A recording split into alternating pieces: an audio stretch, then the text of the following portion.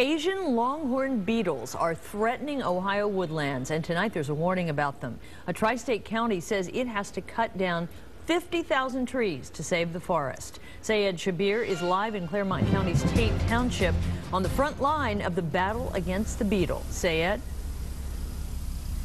Carol, I'm standing in the front yard of Danny Smith, who has about a half a dozen very large trees that need to be chopped down here in the next couple weeks. You can see the trees have been marked by this orange dot, which indicates that this tree has to go. Now, there are 50,000 other trees here in the Tate Township area that have this same dot, and come next spring, all of them will be gone.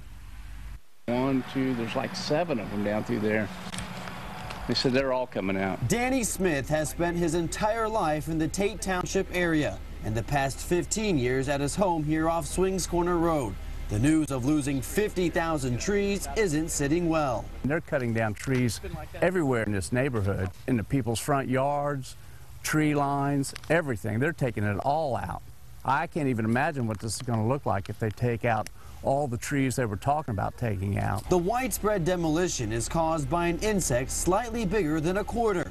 The Asian Longhorn Beetle was first spotted at Harmony Hills Vineyard, and now officials from the U.S. Department of Agriculture say the only way to eradicate the area is by cutting down all the trees that are currently infected and all the trees that could be infected. The best science available now shows us that this is the best approach of taking care of this beetle and keeping it from spreading out of this area and killing maple trees all across Ohio. And it's not just maples. In fact, there are 13 different types of trees that can be a host for the beetle, including willow, ash, buckeye, and elm.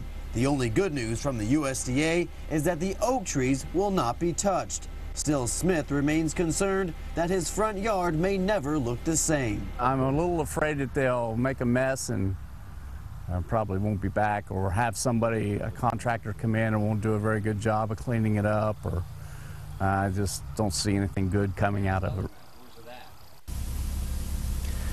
Now, officials say there are a couple things that property owners can search for when determining whether or not the beetle has infected their property. Officials say the beetle drills holes into the tree that are about a ½ inch wide in diameter and can span through the entire width of the tree trunk. Officials say you can also look for sawdust that might be sprinkled around the base of a tree. That may indicate some of the holes that were drilled up above on some of the higher limbs. Now, there will be a public meeting coming up in Bethel on Monday night from 6 to 8.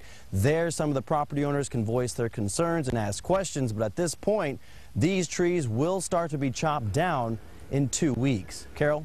Really serious. All right, Sayed Shabir reporting live from Tate Township. Thanks, Sayed.